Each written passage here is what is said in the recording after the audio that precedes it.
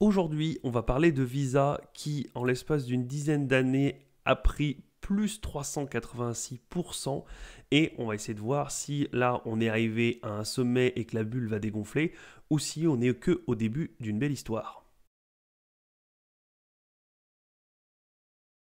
Alors, si vous voulez aller voir les différents ratios, on les a vus dans une vidéo précédente. On a étudié les différents ratios, les différents chiffres, bénéfices, chiffre d'affaires, etc. L'endettement. Je vous mets la vidéo par là, en haut à droite. Et l'idée est d'aller la voir avant pour avoir un contexte et ensuite revenir ici pour voir un petit peu la valorisation et surtout la force de Visa. Et on parlera un petit peu de Mastercard au passage puisque les deux sont un peu dans le même cas de figure. Alors cette vidéo a eu lieu tout simplement parce que je suis tombé sur un article comme celui-ci qui disait « Future alternative à Visa et Mastercard, le paiement européen en test en France fin 2023 ». Le service de paiement européen Payment Initiative EPI, initialement pensé comme un concurrent des Américains Visa et Mastercard, entrera en phase de test en fin d'année, a annoncé mardi le consortium bancaire en charge de son développement. Le portefeuille numérique avec le paiement, personne a lancé en phase de pilote les premiers utilisateurs à la fin de l'année 2023 en France et en Allemagne, indique EPI dans un communiqué. Concrètement, les usagers pourront se transférer de l'argent entre eux, de compte bancaire à compte bancaire, gratuitement en quelques secondes. Cette option sera proposée aux côtés de virements classiques via l'application et la banque client et l'application dédiée au smartphone mobile, au téléphone mobile. Alors oui et non, très bien, ça c'est bien de pouvoir transférer de l'argent immédiatement et gratuitement, mais globalement la plupart des banques et surtout les néobanques le font déjà. Vous pouvez avoir des paiements instantanés, alors oui, certaines banques font payer ces frais-là de l'ordre de 50 centimes ou 1 euro pour l'avoir en instantané, donc à la limite l'avantage c'est de le faire gratuitement, mais quand on est dans l'urgence, qu'on veut transférer immédiatement 500 ou 1000 euros, est-ce qu'on est vraiment à 50 centimes près pour réaliser? Donc je ne suis pas sûr que ce soit un intérêt significatif pour attirer énormément de monde, même si c'est toujours bien que ce soit instantané et gratuit. Ce qui me dérange un peu plus, c'est que ce service sera progressivement étendu aux paiements particuliers et professionnels, aux achats en ligne, puis aux paiements en point de vente, poursuit le document, entre début 2024 et 2025. Il sera accessible en France, Allemagne, Pays-Bas, Belgique et Luxembourg. L'ensemble de ces marchés représente plus de 60% des transactions électroniques en Europe. C'est une très bonne base pour se développer. C'est vrai, sauf que là, on arrive directement en concurrence avec Visa, Mastercard et d'autres. Bien sûr, là, c'est les deux plus gros, mais il y en a plein d'autres. Et le souci est que on essaie d'aller sur un marché qui est déjà bien possédé par Visa Mastercard et surtout où il y a un effet réseau phénoménal. Vous pouvez essayer de concurrencer ces deux entités si vous faites des virements gratuits et que vous proposez peut-être des petits avantages sur les cartes, et encore que ça va être difficile puisqu'aujourd'hui il y a beaucoup de cartes qui sont gratuites sous condition que vous dépensez par exemple 10 euros par mois, donc autant dire que c'est le cas parce que si vous faites vos courses, votre plein d'essence et que vous achetez une bricole ou deux, dans tous les cas vous avez atteint les 10 euros, donc vos cartes sont gratuites ou dans un forfait qui vous donne une sécurité en plus, peu importe, une assurance, etc. Donc les cartes aujourd'hui, ce n'est pas une douleur de payer sa carte bleue puisqu'en général il y a beaucoup de services associés et beaucoup de néobanques proposent aussi ces services et souvent dans la poche on a une Visa ou une Mastercard. Le souci est l'effet réseau. Comme les réseaux sociaux, comme plein de choses, comme les plateformes, plus vous avez de monde, plus vous avez de monde. Et du coup, forcément, plus de monde, plus de commerçants se mettent à la page et essaient forcément de se greffer sur ces réseaux-là. J'imagine, si jamais vous faites une boulangerie, vous allez forcément vous mettre comme service de paiement sur celui qui est le plus utilisé.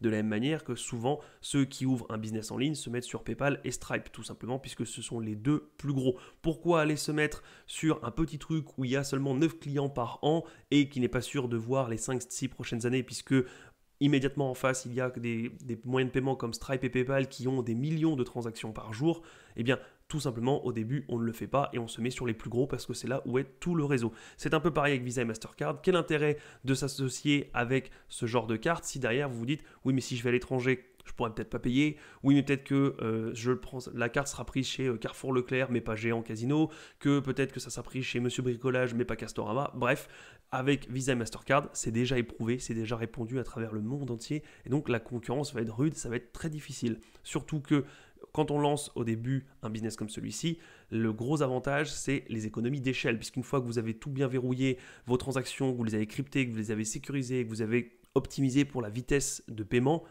derrière, plus vous faites rentrer de clients, plus vous faites des économies d'échelle, puisqu'une fois que le système est en place, il est en place. C'est comme un réseau social. Une fois que vous avez codé la page, par exemple pour Facebook, qu'il y ait 1, 2, 3, 100, 10 000 personnes, ça ne change pas énormément. Évidemment, il faudra investir dans des serveurs pour aller un peu plus vite, mais globalement, il n'y a pas tout à refaire à chaque fois. C'est tout l'avantage du numérique. Donc ici, C'est très bien au début pour commencer, mais c'est là que les choses sont le plus difficiles puisque vous n'avez pas encore les économies d'échelle et vous n'avez pas le réseau. Pour bien se rendre compte, je mets un nouvel article qui dit « Visa gagne des parts de marché en France », c'était en juillet 2023.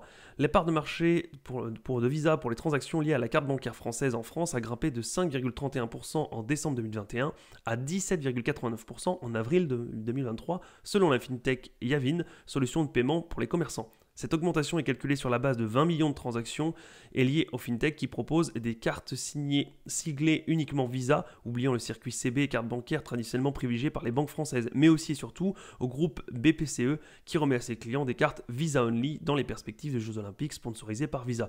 Oui, alors ça, très bien, et c'est un petit coup de boost pour cette année, mais ça ne sera pas toujours le cas. Il n'empêche qu'on voit bien que les cartes sont données, ce sont des Visa, même si ce sont d'autres banques ou d'autres acteurs financiers. Donc Visa, malgré sa taille déjà imposante, continue de progresser et à une vitesse folle.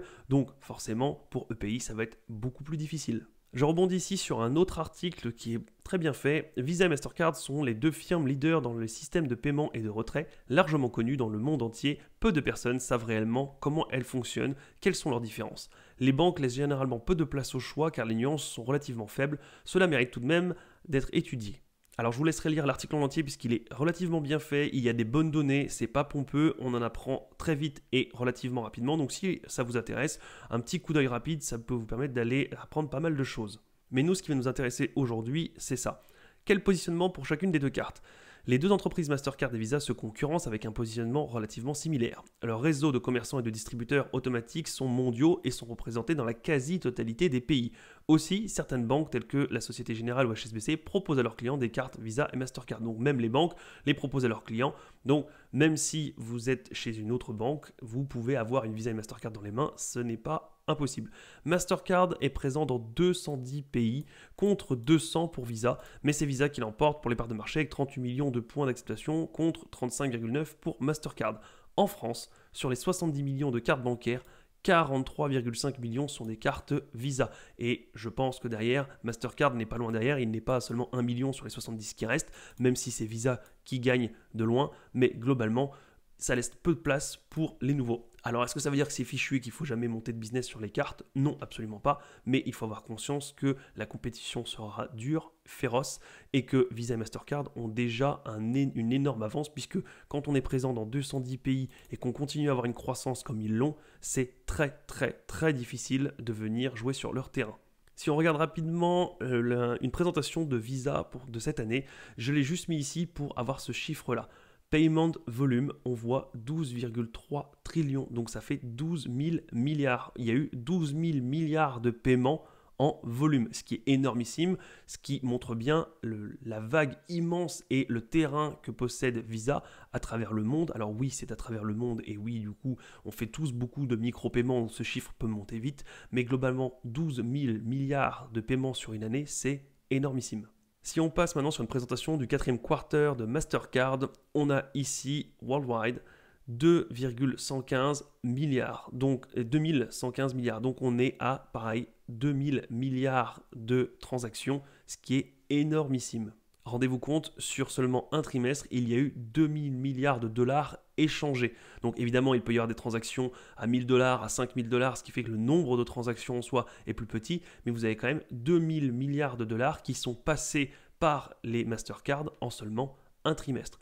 Maintenant qu'on a dit ça, on part vers la valorisation où j'ai mis ici Visa, mais Mastercard sera sensiblement la même chose. Je ferai peut-être une autre vidéo pour la valorisation de Mastercard, mais globalement les tendances sont les mêmes, les parts de marché sont relativement les mêmes et globalement leur marge et leur valorisation sera quasi similaire. Évidemment, pas le même prix puisqu'il n'y a pas le même nombre d'actions et c'est pas la même capitalisation, mais globalement vous aurez compris que les deux sont relativement similaires.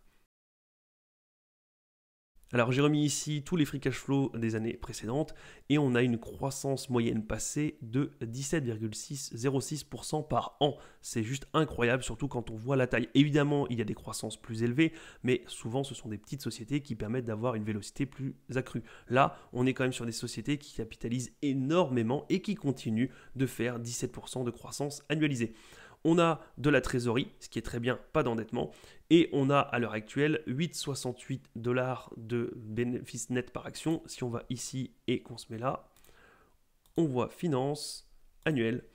8,68 et on va passer à 9,92 l'année prochaine, 11, 18, 12, etc. On voit bien que ça monte très bien encore et on voit que ici entre 9,92 et 8,68 il y a plus de 10%, on doit être à 12-13% de croissance, qui est énormissime. On estime déjà qu'on va avoir 12-13% de croissance. Ici, j'ai mis le PER de 25, tout simplement parce que c'est déjà difficile d'avoir. Alors aujourd'hui, c'est aux alentours de 31.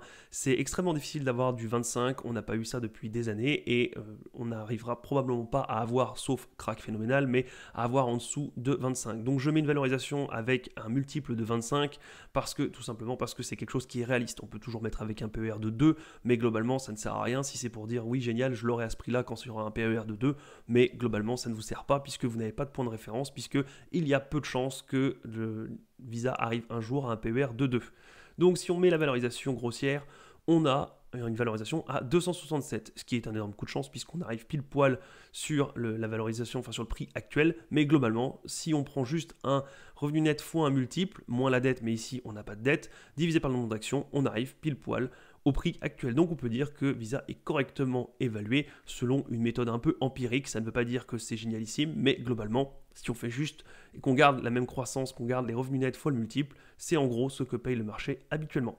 Si on regarde la valorisation de Graham, on arrive à 251, ce qui est pas mal du tout. Encore une fois, la valorisation de Graham, ce n'est pas hyper fin, hyper pointu, mais ça donne la valorisation par rapport à ce qu'il existe comme alternative sur le marché, par exemple avec vos obligues, et ça donne une valorisation également empirique. Si maintenant on passe à la valorisation qui est un peu plus fine, j'ai mis ici 10% de croissance future estimée, ce qui est relativement faible comparé aux 17 annualisés, mais il peut y avoir une future récession, ce qui fait que les transactions diminueraient, le nombre de transactions et donc les commissions.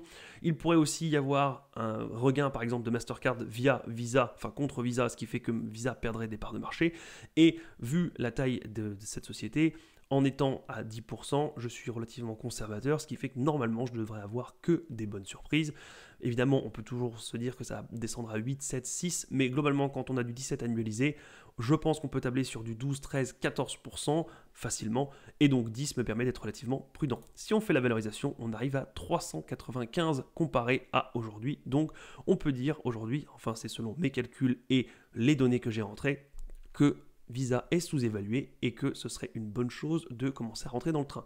Évidemment, encore une fois, ce n'est que mon avis personnel, ça ne veut pas dire qu'il faut absolument foncer dessus, ça veut juste dire que si Visa continue à ce rythme-là ou à celui-ci, on peut espérer avoir de beaux rendements dans quelques années et ça pourrait être vraiment pas mal pour votre portefeuille. Si on fait un tour du côté de Guru Focus, on a une fair value à 213. Alors pourquoi ?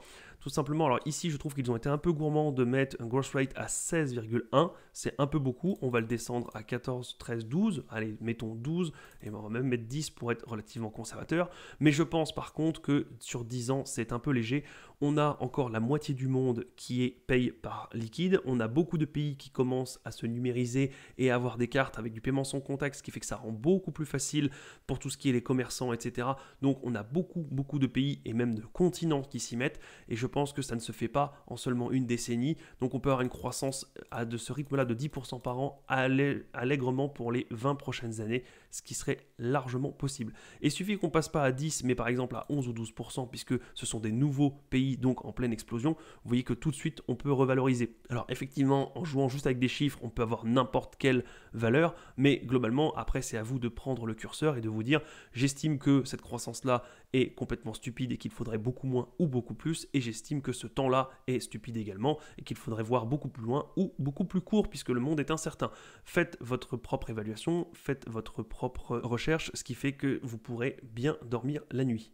Si on regarde par rapport à ce graphique, on voit qu'avec un PER qui est relativement élevé de 28 et un PER bas de 15, dans cette tranche-là, ce qui est historiquement ce qui s'est passé, on voit quand même que Visa, à part ici en 2011-2012, on a eu, ou 2010, on a eu souvent un PER relativement élevé et qu'on était très souvent sur la borne haute. Alors, est-ce que ça veut dire qu'il faut attendre un crack pour acheter un PER plus bas?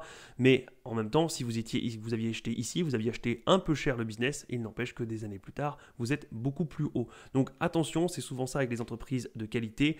Il ne faut pas être trop gourmand et attendre trop bas. Ça ne veut pas non plus dire qu'il faut acheter dans les bulles et se dire on se fiche du prix. Mais globalement, ce n'est pas du tout la même réflexion que quand on cherche de la value et qu'on cherche les les PER parmi les plus bas. On cherche une croissance importante et relativement fiable, on cherche une profondeur de marché qui peut permettre de continuer une expansion relativement certaine et assez véloce durant les prochaines années, et après on fait sa petite tambouille, on estime si oui c'est cher, mais est-ce qu'on peut vraiment en avoir moins cher, ou est-ce qu'il vaut mieux rentrer dans le train et profiter pendant les prochaines années. Ça, c'est à vous de voir. Il faut vous faire votre propre avis avec des graphiques, des simulations et prendre une décision avec laquelle vous êtes serein. Pour terminer, ici on regarde les revenus sur 20 ans, on voit qu'on a une trendline aux alentours de 13%, ce qui veut dire 13% de parts de marché prises en plus. Le chiffre d'affaires, c'est vraiment l'expansion de la société, c'est ce qu'elle fait plus que l'année dernière, les ventes qu'elle fait en plus comparé à l'année dernière, c'est vraiment 13% de croissance réelle pour la société, même si derrière il y aura des marges, etc. et des effets d'échelle, mais globalement, c'est l'entreprise qui s'étend de 13% puisqu'elle exploite environ 13% de parts de marché en plus. Si on regarde au niveau de l'EBITDA, on a ici un EBITDA qui est en croissance pleine, on n'a pas la trendline, mais on a une magnifique croissance qui ne s'arrête pas. On va regarder au niveau des free cash flow. Au niveau des free cash flow, sur 20 ans, on a une trendline à 32%, c'est juste phénoménal. C'est ce qu'on disait, c'est les économies d'échelle, les parts de marché, etc. 32%, c'est juste incroyable au niveau d'une trendline de free cash flow. Alors oui, c'est sur 20 ans, on pourrait dire que la croissance va diminuer. Si on se met sur 10, on est effectivement à 17%, c'est ce qu'on disait tout à l'heure, en 17% annualisé, ce qui pourrait dire que effectivement la société ralentit, normal vu sa taille, mais globalement sur les 10 dernières années, on a quand même 17% de croissance. Et si on se met sur les 5 dernières années, on est à 19%, donc on voit bien que ce n'est pas en décélération à tous les niveaux, puisque sinon à 5 ans, on aurait dû avoir un peu moins de 17%, on est à plus.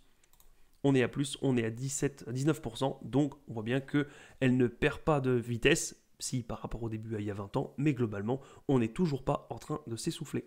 Voilà, j'espère que cette petite étude, cette valorisation et un peu le regard des chiffres, des tendances, profondeur de marché, etc. vous aide un petit peu plus à voir, à comprendre, à regarder ce qu'il faut regarder pour une valorisation, pour aussi bien dormir la nuit, comprendre le business, comprendre ce qu'il faut regarder, qu'est-ce qui vous permet d'être relativement sûr et surtout serein, et comment on peut réussir à avoir un portefeuille qui nous semble idéal et équilibré, et surtout avec lequel on est plutôt confiant, et comme je le dis à chaque fois, avec lequel on va bien dormir la nuit. Voilà, c'est tout pour aujourd'hui, et moi je vous dis à la prochaine. Salut!